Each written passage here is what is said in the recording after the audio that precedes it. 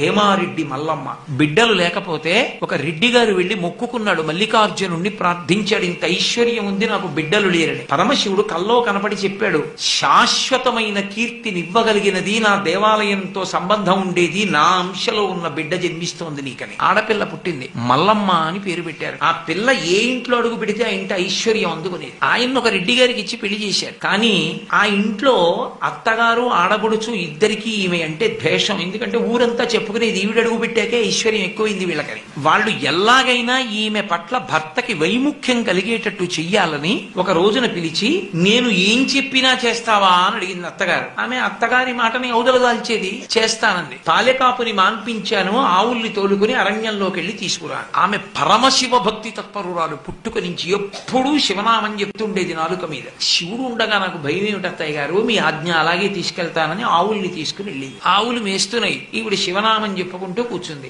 ఏకాంత ప్రదేశం. పరమేశ్వరుడు సిద్ధుడి రూపంలో వచ్చి కూర్చున్నాడు. ఆమె సిద్ధుడి రూపంలో వచ్చిన పరమశివుని పాదముల ముందు కూర్చుని ఆయన్ని పూజ చేస్తూ ఆయన నామములు చెప్తూ కూర్చుంది. నేను మల్లికార్జునుడను, నీ కోసం ఇలా వచ్చానని చెప్పాడు. ఎంత అదృష్టం నిజంగా తల్లిది. ఇంటికి వచ్చి భార్య ఏదని అడిగాడు భర్త.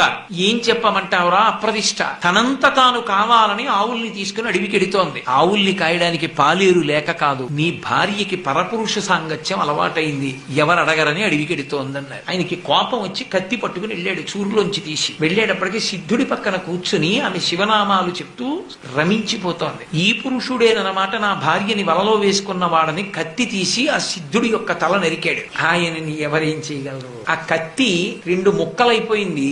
ఆ సిద్ధుడు అంతర్ధానం అయిపోయాడు. వెంటనే ఎంత పని చేశావయ్యా, ఆయన మల్లికార్జునుడు, ఆయన్ని నువ్వు చంపగలవా? ఇప్పటికైనా అపరాధం ఒప్పుకోమంది భార్య. నువ్వు ధూర్తతనంతో ఉన్నదే కాకుండా నాకు నీతులు చెప్తున్నావా, నిన్ను చంపేస్తానని కత్తి తీసి మళ్ళీ ఆమెని నరకపోయాడు. నరకపోతే ఆ కత్తి కూడా రెండు ముక్కలైపోయి అయిపోతే అప్పుడు తెలుసుకున్నాడు, అరే రే వచ్చిన వాడు మల్లికార్జునుడు అని చెప్పింది నా భార్య యొక్క మంచితనాన్ని నేను తెలుసుకోలేకపోయాను. ఎంత శివభక్తి తత్పరురాలు ఈమె. అడుగు పెట్టిన వేళ ఐశ్వర్యం పెరిగిపోయిందని ఎంతో ప్రార్థించాడు, నాది తప్పైపోయింది, ఇంటికి రమ్మని. నాకు ఇక సంసారము మీద అనురక్తి లేదు, నా మనసు శివుని యందు ఐక్యం అయిపోయింది, ఇక నాకు శివుడే సర్వస్వం, నాకొక్క కోరిక తీర్చు భర్తవి కనుక ఈ ఆవులు ఇచ్చేయి, ఇవి తోలుకుని శ్రీశైలం వెళ్ళిపోతాను. వెళ్ళిపోయి ఆవుల మందని అక్కడ మేపుకుని నేను రోజు ఆ పాలతో మల్లికార్జునుడికి అభిషేకం చేసుకుంటానని ఆవుల్ని తీసుకెళ్లి ఆవులతో ఒక గోశాల నిర్మించి మల్లికార్జున లింగానికి పూజ చేస్తూ శివనామం చెప్తూ శివతత్వాలు పాడుకుంటూ వీరశైవ సంప్రదాయంలోకి ప్రవేశించి తుట్టతుదన ఆమె మల్లికార్జున లింగంలోకి ఐక్యమైపోయింది.